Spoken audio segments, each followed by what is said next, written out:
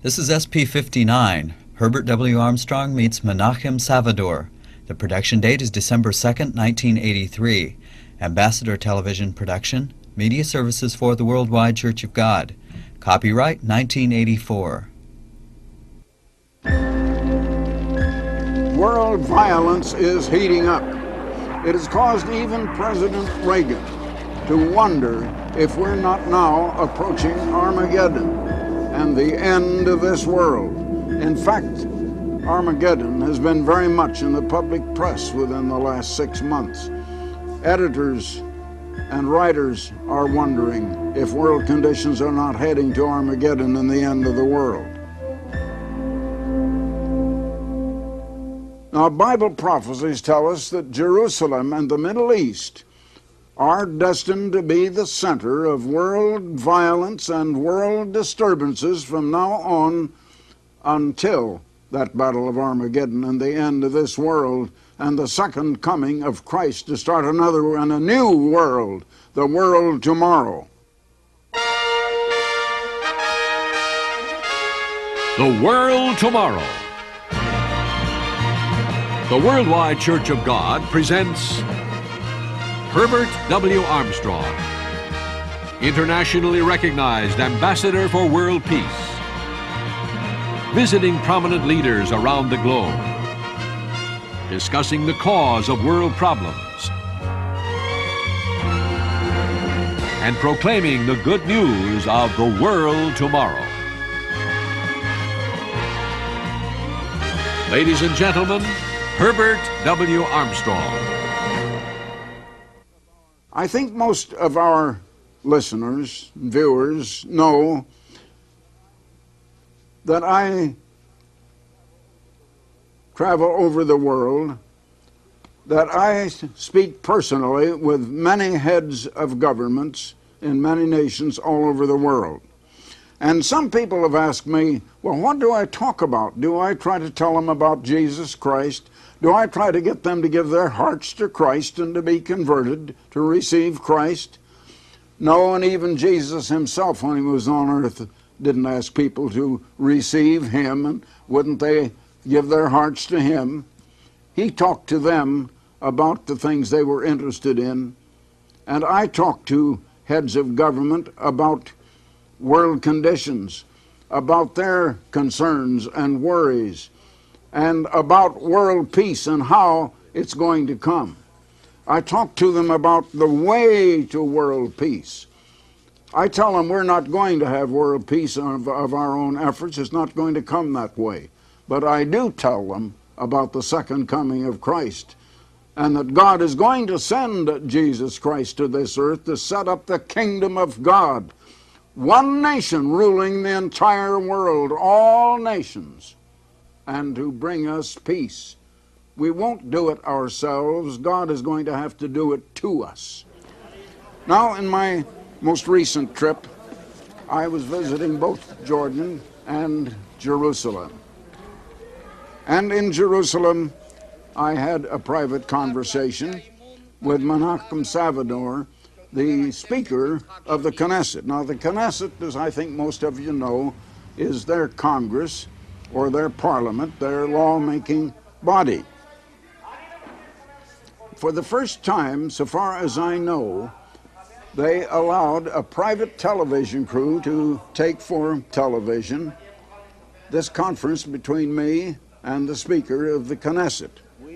I was accompanied in this interview by my own personal aide, Aaron Dean, by our world news editor for the Plain Truth, Mr. Gene Hogberg, and by the recent Consul General of Israel to Los Angeles, Michael Ravid.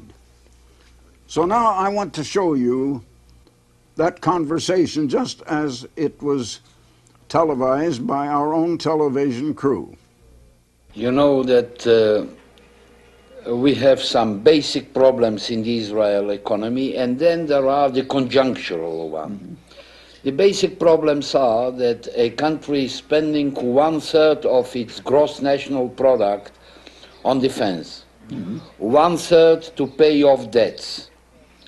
Now, we are a coalition government, and the tail is wagging the dog. Yes. In other words, every small splinter group is stretching out the arm. They are not arm strong, they are arm weak. Yes. And they ask for money to run their ministries and to prove that they are successful. And since 1/3 of our gross national product is inadequate to provide all this welfare and education and development, they address themselves to a printing press. I'm simplifying a complicated subject, Mr. Armstrong. Well, do you know, I see now, as I didn't when I was younger, the trouble in the whole world. And it's the trouble here, it's the trouble in other places, and it's the world trouble. It's every man for himself. People will join together and ally in groups, provided that group can be against some other group. It's person against person, group against group. Two cannot walk together in peace except they be agreed. If there's contention, and if they're in a bad attitude and one is trying to get the best of the other or take from the other, you have no basis for peace. Now that's the trouble in the whole world. Mr. Salvador, knowing that Mr. Armstrong has been a frequent visitor to Jordan and had just completed a 5-day visit to Amman, asked his impression of the mood there today. How did you find any esprit ouvert, what we say in French, any open-heartedness and a new spirit that we could engage in a dialogue and hammer out a settlement between us and our cousins? Last time I talked with King Hussein was last March, and I told him that one thing that I would like to do would be to get him and Mr. Begin together on my jet aircraft. And I said, I know Mr. Begin would like to do it, and I know you would, if. And he began to laugh, and he said, yes, I would, if. The if is the other Arab nations and what they would say about it. I find that the Jordanians do not feel as hostile toward Israel now as I think other Arab nations do. Well, I think they really would like to be friends. There is a variety, but they still have different ideas about, especially the West Bank and things like that, you know. Well, I would like to tell you, Mr. Armstrong, and this is a fact. About the 18th or 17th day after the war broke out in Lebanon, and Syria was beaten, and Soviet prestige was at the lowest ebb, and the source of intimidation was not there, but then they started with new plans. Instead of giving it a push and a momentum, sit down and discuss peace, you wanted, I say you, the American government wanted to enlist at the same time the full friendship of Syria and the PLO. And, you know, there were all sorts of negotiations behind our back, and they allowed the Soviets to rearm and to reintroduce themselves with 5,000 more experts and new, more sophisticated, dangerous weaponry, and that's where we failed. Well, and I'm saying because after all, the United States of America is the protector of the free world. Yes.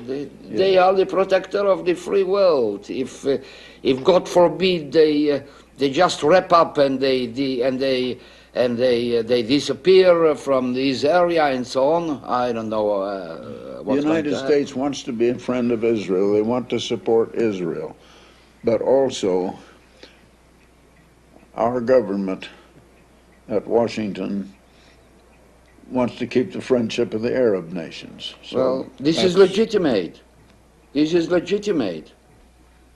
This is legitimate. You can keep the friendship with the Arab countries if you show resoluteness if you show vigor and vision, and you show tenacity, perseverance. You have to, in order to address yourself to the Lebanese entanglement, you have to attack the fundamental issues, and you should not divorce yourself from the historical basic data about this country. So they have a national pact that the president should be a Christian, the prime minister is a Muslim, the president of the parliament is a Muslim Shiite, and so forth. Yes. And unfortunately, on this, in this animosity and this ethnical mosaic that you have in Lebanon, with Soviet communist agents inside, Yes. and the wrangling and bickering and the skirmishes between them And the encouraged, Soviets trying to stir the it up Soviets all the time. resuscitating all the time, it is, I'm afraid, a very, very unpleasant task. Yes. Almost immaterializable. I don't know how they are going to... Well, we are living in a turbulent world. But I tell you, this is only going to be solved one way. And we humans aren't going to solve it. But the God of Abraham, Isaac, and Jacob is going to have to solve it for us. And it will be solved. And it won't be long now. And it will be done. I don't mean a year or so, but I don't mean another 100 years either. We're in a crisis at the close of all civilization in this world. And the very hub of the whole world crisis is right here. Well, And things are going to happen here to Jerusalem.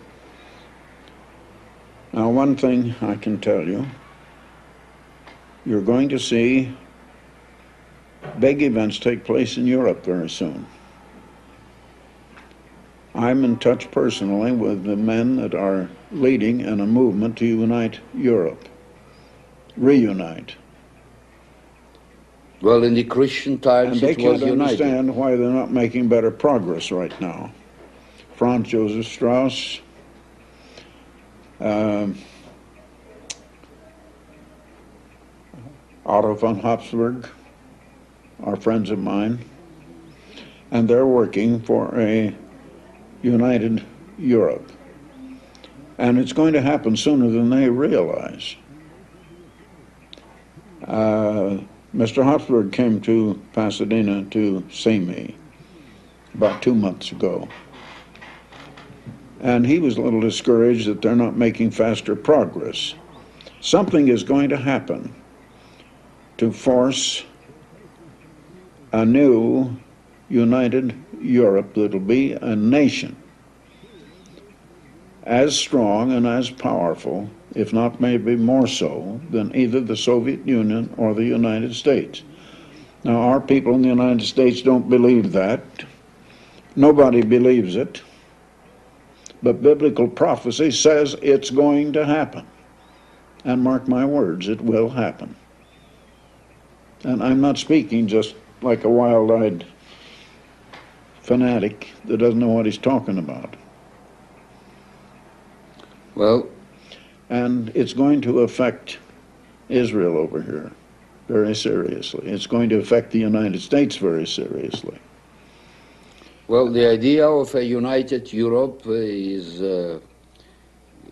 in my opinion, realizable, and after all, Europe was one nation with several languages and vernaculars.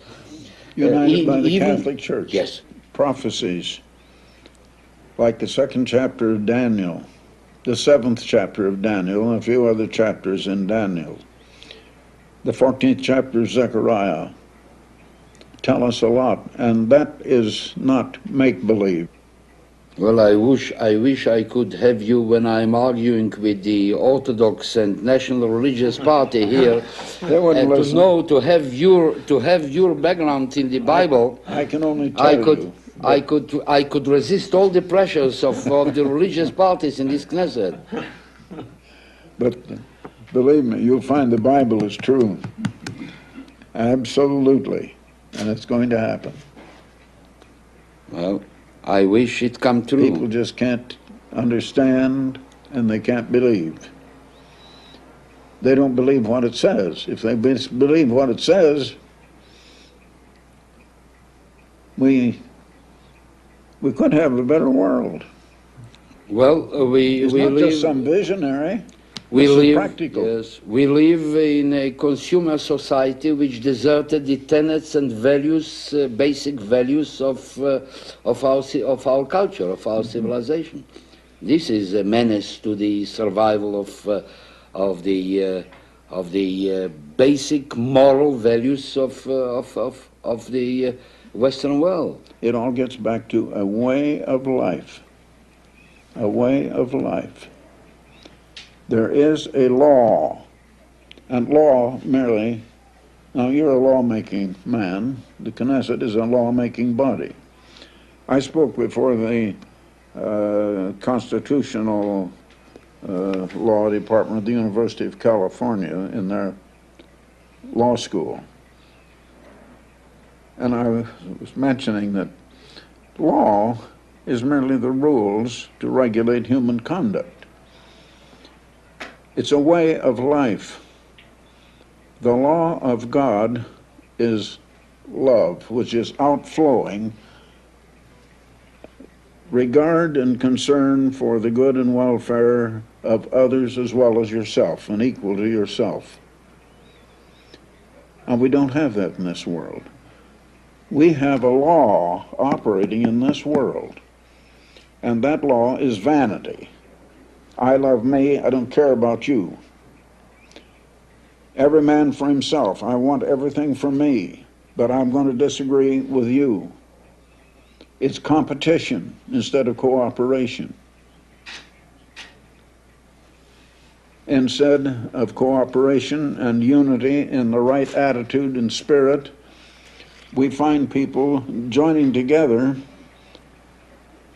in conflict with other groups, one group against another. Now, in World War II, the United States and Britain were fighting against Germany. Now they try to ally with Germany against Russia. In World War II, the United States was allied with Russia against Germany. And we ally, and then we change our alliances.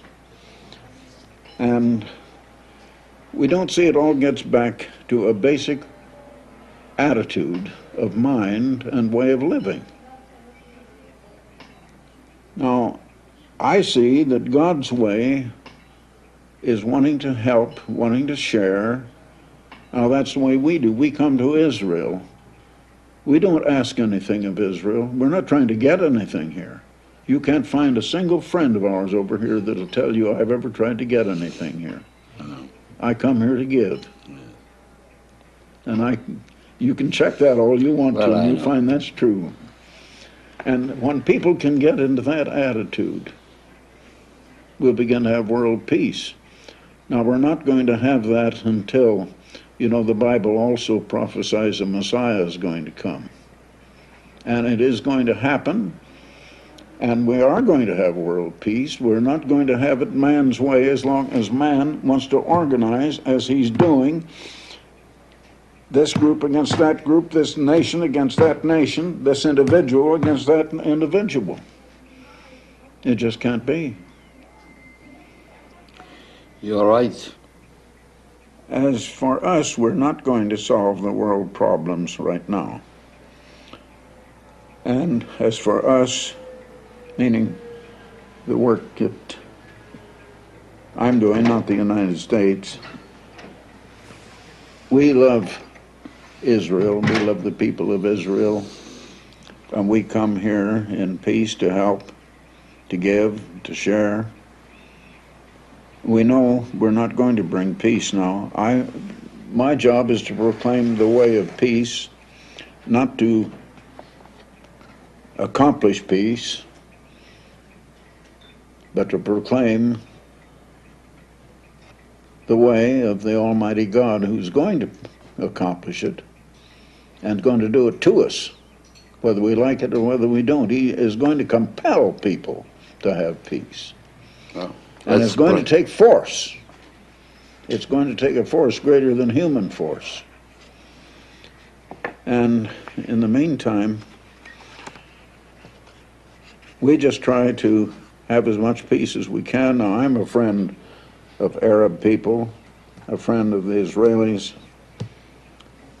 a friend of the Japanese, a friend of black people in Africa, and we have projects in all of these countries. And we know we're not going to bring peace, but we believe we should do what we can toward peace in the meantime. And I proclaim the way of peace. Well, Mr. Armstrong, I am, first of all, very privileged to have you in my office, in the fortress of Israel's democracy. May I just present you with the Medal of the Knesset. It features the building and then the sides of the three monotheistic faces that Jerusalem is holy to them. Mm-hmm. So here is the medal which shows Jerusalem, for which you have done so much, and the Knesset, the only fortress of democracy in the Middle East. And here is what I say to the Honorable Mr. Herbert Armstrong in appreciation of his true friendship for the land and people of Israel and his magnanimous gestures which aid and strengthen the spiritual and moral tenets of our common culture. Menachem Savidor, Speaker of the Knesset, with my best wishes. Oh, thank you so much. That's a wonderful honor. The Middle East now is seething with crisis after crisis. Now, very few realize the significance of what is going on now in the Middle East. As I said, Bible prophecy shows very plainly that the whole center of world disturbances is going to be in the Middle East from now on until Armageddon, the final battle of World War III, and the end of this world. Now, I have a booklet just off the press.